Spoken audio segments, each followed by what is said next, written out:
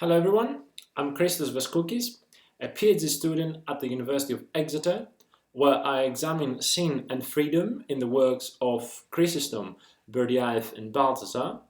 But today I will talk about theosis in Lossky and Berdyaev.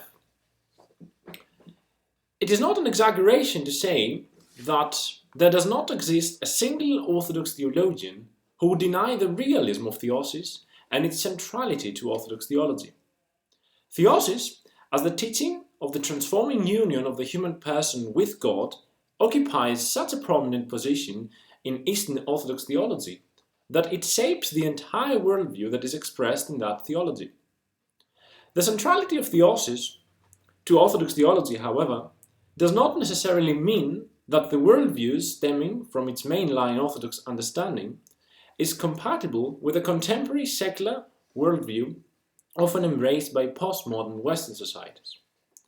When the values of individualism, tolerance, liberalism, as well as pluralism and creativity are highly cherished in today's society, the church-centered worldview that often accompanies the traditional Orthodox interpretation of theosis seems almost irrelevant to contemporary Orthodox Christians who are increasingly called to engage with the Western secular milieu.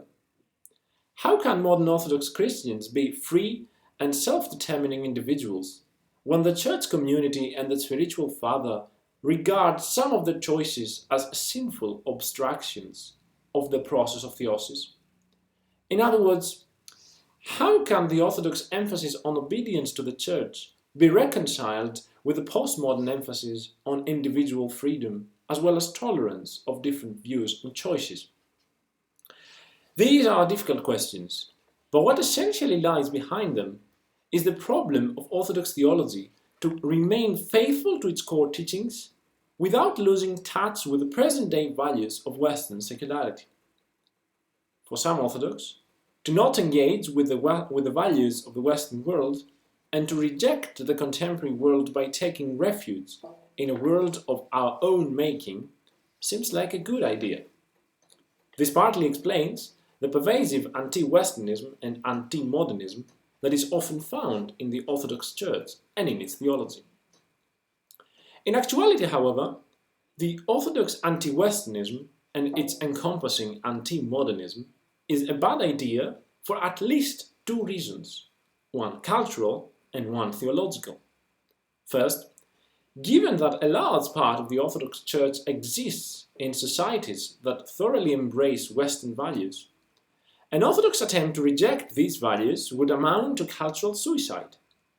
As Brandon Gallagher writes regarding the position of orthodoxy in the Western world, the West is in us and is us. It is not elsewhere and outside, for it is the modern and we are the modern. So to reject the West and its contemporary values is not as simple as it might seem to some. To a certain degree, the Western cultural, social, and intellectual environment constitutes the natural habitat of Eastern Orthodoxy.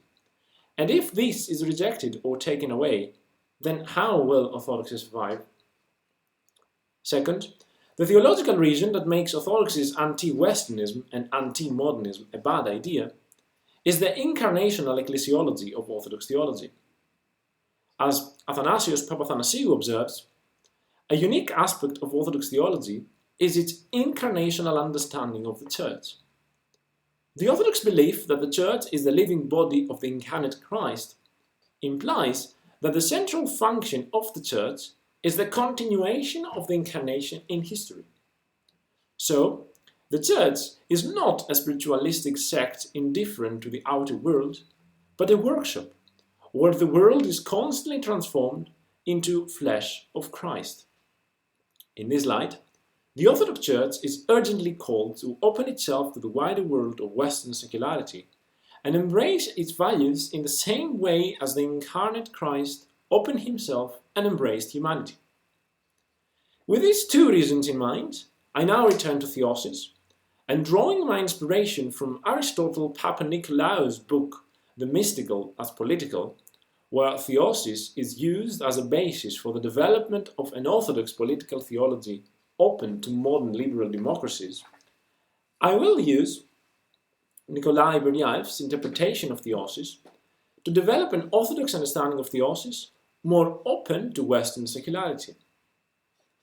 My argument is that the traditional Orthodox understanding of theosis propagates a highly church-centered worldview which tends to be irrelevant to modern-day Orthodox Christians because it fails to seriously engage with the largely secular outlook of our era.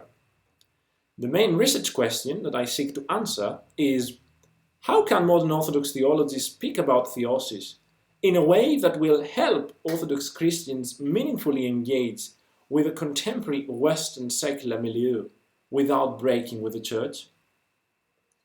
To answer this question, I will divide my paper into two sections. Firstly, I shall present how theosis is traditionally understood by Orthodox theology, and especially by Vladimir Lossky, a well-respected 20th century mainline Orthodox theologian.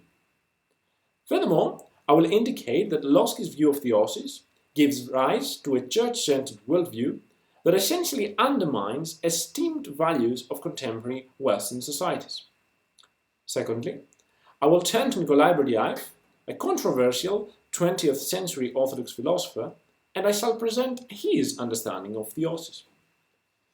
Specifically, I will show that Berdyaev's interpretation of theosis and his view of creativity as an integral part of it can enrich the mainline Orthodox understanding of theosis and enable modern Orthodox Christians speak about theosis without breaking with the Church or rejecting Western secularity. Theosis, as the union of humans with God, is certainly a fundamental church teaching constituting the goal of human existence and the purpose of creation.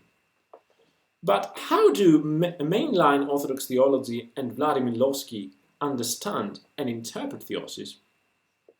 To begin with, although theosis is not explicitly used in Scripture, a significant number of early patristic thinkers associated theosis with Imago Dei.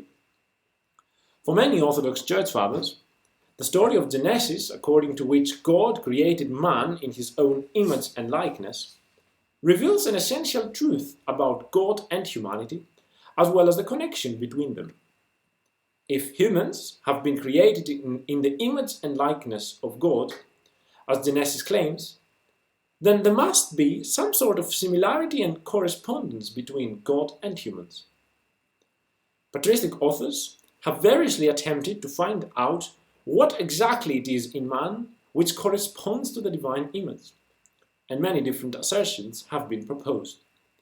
Yet, as Lossky explains, what interests us is not to confine the image of God to any part of man, but to understand that humanity as a whole is called to attain to union with God. Thus, what the Imago Dei teaches us, Lossky continues, is that the whole of humanity bears the image of God because, like God, who freely and out of his love chose to create all things, humanity is equally free to decide and choose whether to unite itself with God or not. To be made in God's image, therefore, is another way of